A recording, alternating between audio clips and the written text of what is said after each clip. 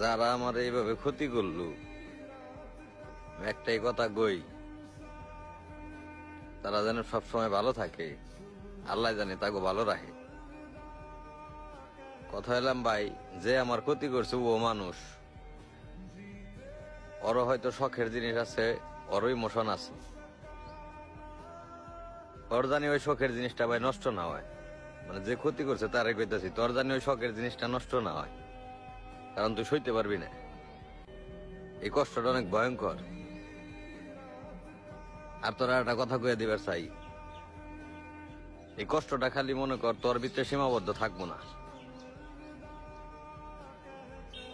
তুই যদি কারো শখের কোনো কিছু নষ্ট করস, ওর কষ্টটা খালি ওর ওর নিজের ভিতরে থাকে না, ওর ফ্যামিলি পর্যন্ত জিনিসটা করায়। কারণ একটা সন্তানের যখন নাকি মন খারাপ থাকে,